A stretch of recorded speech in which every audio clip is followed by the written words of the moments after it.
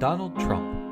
Avoid the liberal, image-based desecration narrative by Antonio Rhodes.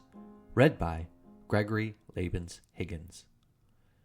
In their critiques of Donald Trump, many liberals focus greatly on the embarrassingness, for them, of his demeanor. They will be speaking at once of how his speech is not articulate and kind enough, not presidential. At another moment, they will be lambasting his fatness, or his orangeness, or how he choreographs his small hands when he orates. But whatever their immediate example, a large part of why they cannot stand him often seems to be that they perceive his office as President of the United States of America as a desecration. Socialists must oppose this critique of image, obviously not because they like Trump, but for the two below reasons. Number one, the liberal view of Trump as a desecration presupposes an incorrect belief in the sanctity of the once and always wicked U.S. government. Number two, the liberal satirization of Trump's appearance and behavior does nothing to enhance the worldviews of those misguided members of the working class, perhaps currently affiliated with the MAGA movement, but possibly open to socialist revolution in the future. To begin with the first, the imperialist, capitalist U.S. government is not something which should be preserved through wise leadership. It is something to be vanquished from below. This divine institution, in the eyes of liberals, has its origins in the repetitive holocausts of all those peoples from the Atlantic to the Pacific, and in the enslavement of an entire race. This is a divine institution which commits atrocities all across the world, now in the Philippines, now in Korea, now in Vietnam, now in Afghanistan, now in Iraq, now in Palestine, in pursuit of a policy of hounding the world left and all other forces of liberation, and of taking more land and labor for the imperialist bourgeoisie of which it is representative.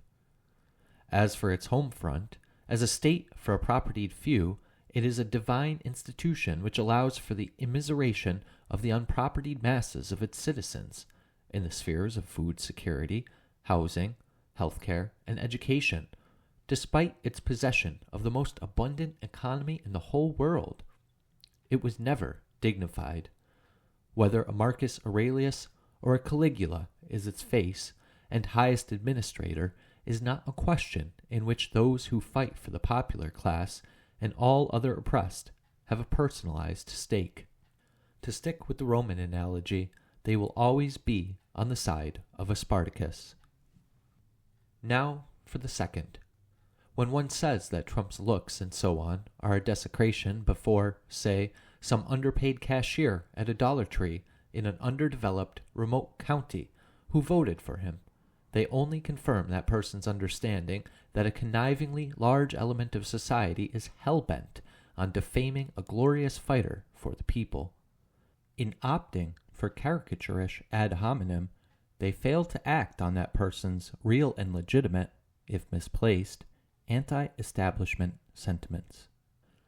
For his part, Trump has been shrewd in using populist rhetoric to win his bids for the White House. He has spoken of draining the swamp, and during his first bid, he even called the Iraq War what it was, i.e., an unnecessary invasion based on a lie for a casus belli. In confronting working-class Trumpists, socialists must not resort to ad hominem, for they have all the ammunition required to convert these people. They can speak of how Trump has chainsawed healthcare aid, food stamps, and whatever other tiny good which the working class had previously won from the capitalist state in his big, ugly bill.